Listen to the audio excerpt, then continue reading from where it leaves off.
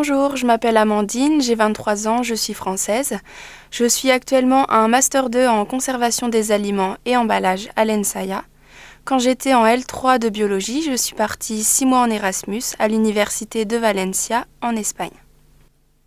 Alors concernant la nourriture en Espagne, c'est une nourriture assez riche. Donc ce qui est différent par rapport à chez nous, c'est que les Espagnols vont avoir des horaires différentes pour manger.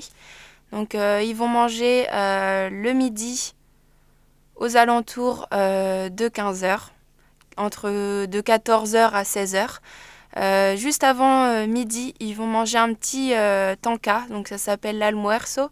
Donc ils vont manger un petit sandwich, donc vers 11 heures midi. Et le soir, ils mangent pas avant 21 h, 22 h. Donc ça, c'est assez difficile de se mettre dans le rythme, mais une fois qu'on y est, ça passe tout seul.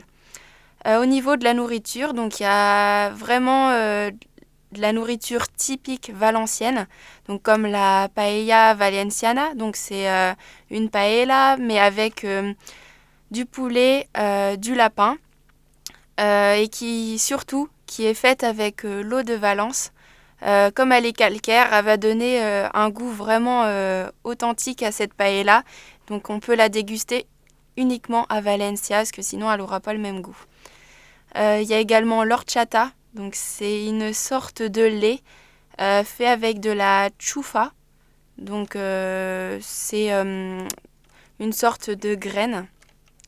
Donc ce qui est marrant, c'est qu'on nous a dit allez goûter la horchata. On y est allé avec 6 autres personnes et on a trouvé, sur les 6, il y en a un seul qui a réussi à la finir et c'était via un défi parce qu'on n'arrivait vraiment pas.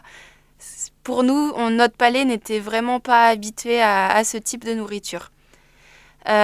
Sinon, les Espagnols, ils aiment bien partager. Donc, pendant les repas, on peut manger des tapas. Donc, c'est des petits toasts avec, par exemple, du jamón serrano, donc jambon serrano. En accompagnement, ils vont boire de la sangria, ce qui est assez typique. Et vraiment, ce qui est top, c'est que par rapport à chez nous, la nourriture en Espagne, elle est quasiment 2 fois moins chère. Donc on peut manger vraiment pour un repas complet pour 10 euros. Et nous, ce que l'on faisait, c'est que tous les lundis, on allait dans un petit restaurant, donc ça s'appelle le Cien Montaditos, et on mangeait à notre faim pour 3 euros. Donc c'était des petits montaditos et des petits sandwichs. Il y en avait 100 différents et donc on choisissait ce qu'on voulait et ça nous faisait en même temps découvrir tous les plats typiques espagnols. Et un autre point, c'est que dans les restaurants, on aura une corbeille de pain sur la table. Et si jamais on prend un morceau de pain, on va devoir le payer.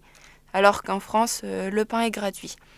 Il en est de même pour l'eau parce que quand on va demander de l'eau, instinctivement, les Espagnols ne vont pas nous apporter une carafe d'eau, mais plutôt des bouteilles car l'eau étant très calcaire, on peut la boire mais c'est déconseillé.